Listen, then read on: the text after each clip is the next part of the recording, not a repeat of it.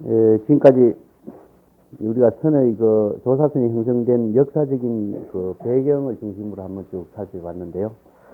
하나의 역사적인 배경으로서 당대의 그 마조 문화의 사람들에 의해서 조사선이 중국의 새로운 종교 개혁적인 의미로서 위대한 역할을 할 수 있다는 그 사회적인 배경이 또 한 가지 있는 것은, 여러분 선불장이라는 이야기 알죠? 선불장이 어떤 것입니까? 부처를 선발하는 것이죠. 요 이야기에 얽힌 그 사회적인 배경이 있습니다. 그게 뭐냐면은, 중국 그 당현종 시대에까지 중국 당나라가 형성되고 나서 만들어지고 나서부터 당현종 시대까지 중국의 최대 문화를 이루어냈었는데, 문학적으로도 중국의 그 당시라고 하는 어떤 틀에 짜여진 아주 위대한 그 문학을 만들어낸과 동시에 또 왕실이 문화적으로도 최대, 중국 발전된 이후로 최대의 그 문화를 이루다 보니까 왕실의 권위와 부귀가 아주 이루어졌었죠. 그와 더불어서 중국의 왕공 귀족들의 문화가 부패가 시작되기 시작합니다. 하나는 뭐냐면은 왕실을 중심으로 하는 귀족들의 정치가 하나 일어나고, 하나는 과거 출신들에 의해서 인재 등용이 시작됐죠. 그러다 보니까 귀족 출신은 뭐냐면 왕족들에 의해서 이루어진 귀족 정치 체제. 나머지 또 하나는 당시의 그 수재들을, 과거를 통해서 등장된 수재들에 의해서 정치가 이렇게 이루어지고 있는데, 항상 귀족과 과거 출신자의 갈등이 엄청나게 심하게 되어 있습니다. 당현종 그 시대에는 또 어떤 현상까지 있었냐면, 여러분들 잘 아시는 것처럼 두보라든가 이백이라든가 이런 사람들이 과거 시험을 치러 가는데, 두보 같은 사람은 한 번도 과거에 합격을 하지 못해. 왜 못하냐면은 한 사람도 뽑지 않았기 때문에 과거 시험을 합격하지 못해요. 이것은 무엇을 의미하고 있냐면은, 귀족 정치를 하는 사람들이, 귀족 지휘자들이 어떤 정치적인 세력을 잡았을 적에는 과거 출신의 사람들이 자기네들에게 항상 정적으로서만 등장되기 시작합니다. 그러다 보니까 정책이 집권자가 조금 바뀔 때마다 뛰어난 사람들을 귀양을 막 보내고 그러죠. 유명한 누굽니까? 한유 같은 사람도 지방에 막 귀양을 가기도 하고 하는 그런 과거 출신 사람들이 시련을 많이 겪게 됐습니다. 근데 귀족 정치를 하던 사람들이 과거 출신자들을 배척하면서 인재 등용을 완전히 차단을, 길을 막아버리는 그런 경우가 있어갖고 피해를 본 사람이 누구냐? 두보 같은 위대한 인물들이다. 그러다 보니까 과거로 입신 출세를 꿈꾸던 사람들이 자연히 출세의 길이 막히기 시작해요. 그래서 유명한 방거사하고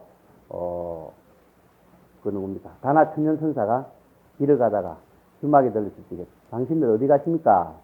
어떤 아주머니가 그래 묻길래, 과거 시험 보러 갑니다. 과거 시험을 보지 말고 부처를 선발한 데 가는 것이 안 낫습니까? 이런 이야기를 하죠. 그래서 과거 선발장에 가는 대신에 그 당시에 과거 선발장으로 가는 그 길이 막히다 보니까 젊은 사람들이 그 위대한 기라성 같이 공부했던 사람들이 어디로 가게 되냐? 자연히 산중에 선불장으로 모이게 된다. 그래서 선불장이라는 것이 생기게 된 겁니다. 부처를 선발하는. 이게 마조 문화의 그 800여 명이나 되는 위대한 인물들이 됐습니다. 물론 그 시대가 마조가 대표되는 사람이지만은 그 시대의 중국 불교는 거의 다가 선불교의 어떤 흐름 속에서 인물들이 자기의 입신 출세. 그래서 선에서 출세하는 것을 뭐라고 하냐면 법당을 건립하는 겁니다. 자기가 스승의 법을 받았고 법당을 열은 것을 상당 법문을 하게 된 것을 출세라 그랬어요. 선에서. 과거에 출세하는 것과 똑같이 선불장 같은 그런 입장에서 나온 말이죠. 그러다 보니까 이러한 사회적으로도 진출의 길을 막혔던 뛰어난 사람들이 불문에 많이 들어오면서부터 이 사람들이 사회적으로 자기의 어떤 영역 발휘할 수 있는 힘을, 불교의 정신을 자기 것으로 만들어서 펼쳤을 적에 새로운 중국 불교의 조사선의 이러한 아름다운 위대한 종교 사상을 만들어냈다 하는 그런 점입니다. 그래서 우리가 지금까지는 역사적인 입장으로 살펴보는데, 이번 시간에는 선의 개설적인 부분을 간단하게 한번 정리를 하고 넘어가도록 하겠습니다. 우선 불교에서는 그 견성성불이라는 것이 굉장히 강조되고 있죠. 견성이라는 것이 남종선에서 육조 당경에서부터 비롯돼가지고 굉장히 강조되고 있는데, 자기의 불성을 보다라고 하는 것은 깨닫다는 이야기라 그랬죠. 본다라는 것은 자기 눈으로 직접 보았기 때문에 더 이상 의심이 없어진 상태를 말합니다. 나중에 송대의 공안선도 이러한 선불교의 수행적인 구조론을 가지고 발전하는 것인데, 여러분 프린터 나오는 것을 한번 잠깐 봅시다. 선은 언제나 지금 여기에서부터 시작되고 있습니다.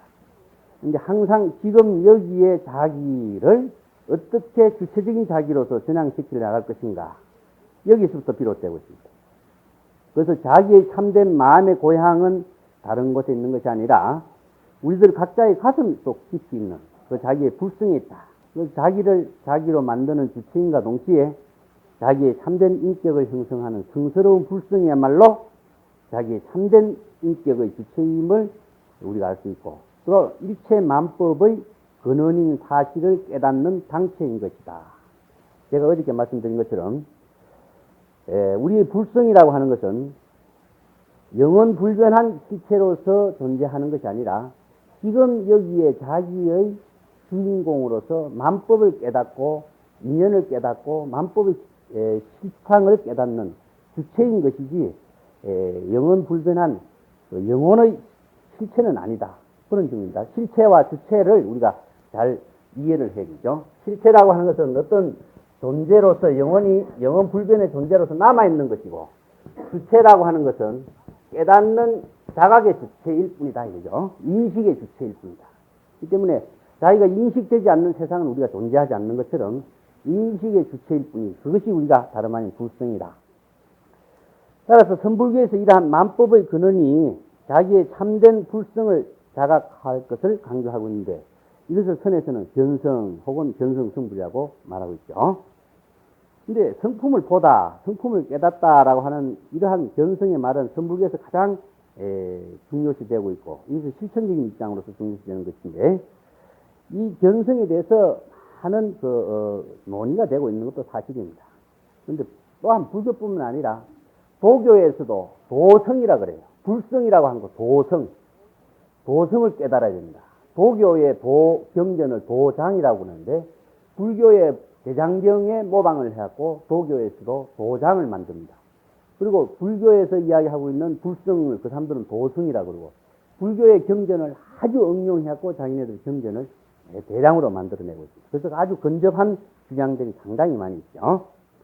유교나 도교의 문제는 우리가 좀 논외를 제법 두더라도, 그 밑에 견성은 자기의 불성을 본다, 즉 자각이라고 하는 의미입니다. 본다란 말은 깨닫는단 말이고, 자기 눈으로 확실히 보기 때문에 더 이상 의심이 없어졌기 때문에 철저한 확신이 되는 것이다. 그리고 우리가 성이라고 하는 것 자체가 이제 여러 가지 문제가 되고 있는데, 성이라고 하는 것은 우리가 부처가 될 수 있는 성품을 불성, 일체 만법의 본성은 자연의 본성, 이렇게 보죠. 그래서 모든 존재의 근본을 성품으로 보고 있습니다. 성으로 두고 있습니다. 그래서 일체 존재가 일체 존재로서 존재할 수 있는 그 까닭과 도리를 말하는 거죠.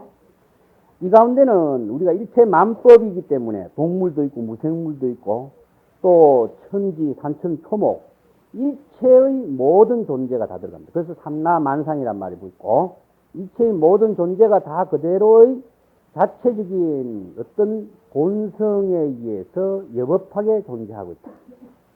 그런데 지멋대로 존재하는 것이 아니라 법칙성에 의해서, 불변의 법칙성에 의해서 존재되고 있다. 예를 들어서요, 그래서 법이라고 하는 말이 물이 흘러간다라고 하는 것처럼 물이 위에서 낮은 곳으로 흘러간다라고 하는 불변의 법칙성을 가지고 존재하고 있는 겁니다. 이것이 각자가 자기의 본성을 잃어버리지 않기 때문에 그 일체 만법의 참된 본성에 의해서, 성질과 도리에 의해서 불변의 법칙성을 벗어나지 않고 각자의 자기의 위치에서 존재하고 전개되고 있다라고 하는 사실을 우리가 일체 만법이라고 합니다. 만법. 환나만상이라고 하는 말도 똑같은 말이죠. 그 중에 우리 인간도 들어간다. 그런데 우리 인간의 본성과 동물의 본성과 자연의 일체 존재의 본성과 각자 본성의 당체를 우리는 동질성으로 보고 있다. 그래서 우리 그 일체 만법의 동질성인 그 사실을 우리는 대상을 통해서 깨닫는 것이 아니라 각자 자기의 불성을 통해서 일체 만법의 본질성인 당체를 자기에게서 깨달아 나가는 작업을 하는 것이 우리가 자기의 성품을 본다. 그런 이야기입니다. 예, 그래서 불성에 대해서는 조금 이따 설명을 더 드리겠습니다. 그러니까 이러한 모든 존재는 결코 잡다하게 존재하고 있는 것이 아니라 일정한 질서와 법칙성에 의해서 존재하고 있다라고 하는 거예요. 예를 들어서요. 예, 운제, 청천, 수제병이란 말 여러분 잘 아시죠? 구름이 하늘에 있다라고 하는 것이 구름의 본성이다. 그럼 물이 병 속에 있다라고 하는 것은 자연의 도리입니다. 산은 산이고 물은 물이라고 하는 그 사실의 존재가 구름이 물 속에 들어가지 않고 물이 하늘에 오르지 않는다라고 하는 그 성질은 불변의 법칙성을 벗어나지 않고 있다라고 합니다.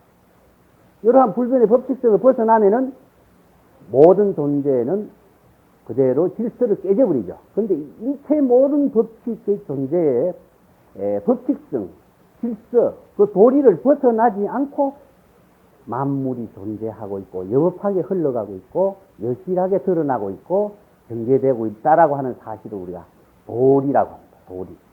그래서 그 사실을 우리는 각자의 불성에서 그러한 것을 깨달아 나가는 것이 견성이다. 그래서 불교에서 이제 견성이라고 하는 것은 이러한 의미를 갖고 있는데 우리가 불성이라고 하는 말을 쓸 적에 제가 어저께도 이야기했지만은 우리들 불성에는 붓다와 똑같은 그 지혜와 덕성이 부족되어 있다라고 하는 점이죠. 그래서 불성에 부족되어 있는 이 불성이 부처에만 있는 것이 아니라 우리들 각자 일체균형이 다 있는데 붓다와 똑같은 지혜와 덕성이 부족되어 있다. 이 덕성이 부족되어 있다라고 하는 사실을 우리는 어떻게 아느냐 하면은 먼저 깨달은 붓다의 경전과 조사들의 말씀을 통해서 그 체험을 먼저 한 사람들의 성각자들에 의해서 우리가 이 사실을 믿고 알 수 있다. 일단 믿고 알 수 있는 거예요. 근데 이 사실을 자기가 직접 그 사실을 자기가 직접 믿고 깨달아서 확인해 나가는 작업이 우리는 수행이다. 그러므로서 자기에게 철저하게 의심이 없어질 수 있어요. 아, 붓다의 한 말이 거짓이 아니다. 라고 하는 사실을 알게 되는 것이죠. 그렇게 나가는 것이 우리가 기본적인 수행의 구조인데, 우리들이 불성이라고 하는 말을 나왔을 적에, 그러면은 유식하고 불성하고는 그럼 과연 어떠한 관계가 있는가? 상당히 그 불교의 교리라든가 여러 가지 주장이 다양하게 많이 있기 때문에, 그 차이점이 무엇인가라고 하는 데에서는 혼동이 일어날 수가 많이 있죠. 그런 점을 한번 불성의 덕성은 무엇이냐 하는 것하고 유식의 그 차이점을 한번. 일체의 성이라고 하는 것은 근본입니다. 근본이라고 보시면 돼. 그 다음에 유식이라고 하는 것은 우리가 어떤 인식을 이야기하는 것입니다. 일체 만물의 근본을 우리가 성이라고 그래서 이것을 불성이라고 그러고, 그 다음에 이것을 유식이라고 이야기하죠. 보통 일체 만물은 유식이다. 인식된 상태에서만 존재한다. 또 다른 말로 한다면은 심식이라고도 이야기합니다. 마음에서 의식으로 되는 것, 인식되는 것. 그 불성과 유식의 차이점을 우리가 간단하게 정확한 개념을 이해하고 넘어가야 유식이라도 하고 불성이라고 하는데 도대체 어떤 차이점이 있는가 혼란을 우리가 방지할 수 있습니다. 근데 연기를 일어날 적에 우리가 연기의 근본을 연기성이라고, 연기의 본성이라, 연기가 일어날 수 있는 근본 본성이라고 합니다. 이것을 다른 말로 하면은 법성이라고 합니다. 법의 본질이 연기에 일어나기 때문에 법성이라고 하고, 또한 일체 만법의 참된 모습을 공성이라고 합니다. 성이라고 하는 것은 전부 다 근본적인 입장을 의미하고 있죠. 그래서 또 다른 말로, 불성을 다른 말로 뭐라고 합니까? 기녀, 열애장, 불성, 본래심, 자성, 청정심, 또 평상심이라고 이야기했죠. 이처럼 모든 근본적인 입장을 이렇게 지역에 따라서 아니면 시대에 따라서 다르게 부르지만은 근본적인 불성입니다. 그래서 이러한 근본을 깨닫는 게다. 우리가 견성을 한다 하면 자기의 근본을 깨닫는 거예요. 인간의 종교의 본질성은 자기의 근본을 깨달음으로 해서 일체의 흔들림이 없이 편안한 자기를 살아갈 수 있는 힘과 등망과 지혜를 구족하는 것이 우리 인간의 인격의 근본이다. 근데 부처님의 덕성과 지혜라고 하는 그 문제와 더불어 유식은 어떤 거냐면 영지에 하는 모습이다. 영지상이라고 합니다. 일체의 모든 법이 영지, 인과 연의 관계성에서 일어나고 있는 근본적인 본성의 법칙성과 그것을 불성이라 한다면은 유식이라고 하는 영지, 일체 법이 일어나고 있는 모양이다. 강제적인 모양입니다. 어떤 형태도 나타나는 모양이다. 이것을 우리가 유식을 법상종이라고 그러죠. 법상종이다. 그래서 법성이라고 하는 비에서 법의 모양으로 나타나는 것이고, 또 이것을 다른 말로 한다면은 전육식, 칠식, 팔식 이렇게 이야기하죠. 그래서 유식에서는 여러 가지 육식, 칠식, 팔식으로 이렇게 구분해서 나타납니다. 그런데 우리가 이런 것을 요 정도로 이렇게 교리적으로 이야기하는 것이지만은 불성에서는 여기 아까도 얘기했지만은 지혜와 덕성이 부족되어 있다 그랬죠. 그러면 이 지혜가 불성에서는 어떤 의미가 있느냐 하면은 지는요 주나나라고 합니다. 주나나. 이것이 또 해라고 하는 것하고 원래는 두 가지 용어가 따로따로 구분이 되었었는데 이것은 뿌라주냐라고 합니다. 그래서 지, 해 따로따로 말이 되어 있었지만은 이것을 불성에 구족되어 있는 본성에 구족되어 불성에 구족되어. 그런데 이것을 식은 뭐냐 하면요. 식은 산스크리트를 가지고 보면은 비전하나. 우리가 한문 경전을 통해서 이해하는 폭이 정확한 불교 용어의 개념을 바로 이해하기 위해서는 산스크리트까지 접근하지 않으면 안 됩니다. 그러면 불성하고 유식하고 한문 글자로만 갖고는 우리가 이해하고 깊이 파고 들어가더라도 그 한계성을 벗어날 수가 없어요. 그러면 이 한계성을 분명히 알 수 있게 하는 것은 뭐냐면은 원어로까지 접근해 봐야만이 가능하다. 근데 여기에서 주나나하고 똑같은 말이죠. 인식하다라는 의미입니다. 뭐 어떤 사물을 인식하다는 뜻입니다. 비라고 하는 말하고 비주나나의 비라고 하는 것은 뭐냐? 쪼개다라고 하는 겁니다. 쪼개다. 분석하다. 분석해서 알다라고 하는 말이 되죠. 식이라고 하는 것은.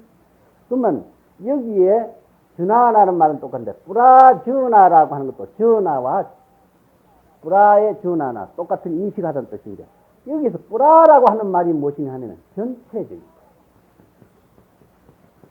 종합적인 이런 이야기입니다. 이 때문에 이것은 쪼개서 아는 인식이 되고 뿌라주나라고 하는 것은 전체적인 인식이 되죠. 그래서 지혜와 지식과의 차이가 여기에서 나나요. 지식은 분석하고 분별해서 아는 인식이고 지식이라고 하는 것은 상대적으로 우리가 통해서 아는 인식이고 불교에서 이야기하고 있는 지혜라고 하는 것은 분별하지 않고 완전한 인식을 하는 겁니다. 종합적인 완전한 인식. 그것은 어떤 작용이야? 불성의 작용이다. 그래서 여기서 불성이라고 하는 건 부처의 입장이고 식이라고 하는 것은 분별해서 아는 것이기 때문에 중생의 입장입니다. 그래서 유식과 불성의 차이는 중생의 입장에서 부처의 입장으로 나아가는 측면으로 보는 것이고 불성은 붓다의 입장에서 근원적인 입장에서 보는 시각입니다. 그 차이라고 여러분 이해하시면 되겠죠.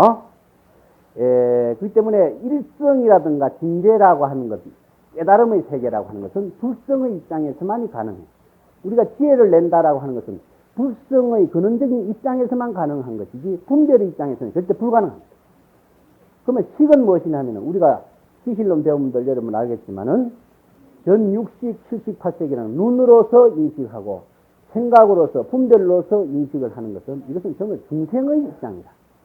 그래서 중생은 분별해서 아는 지혜고 부처는 일체 분별하지 않고 종합적이고 전체적인 입장에 산다. 그래서 이것을 어떻게 아느냐, 이거 직관이라고 합니다. 이것은.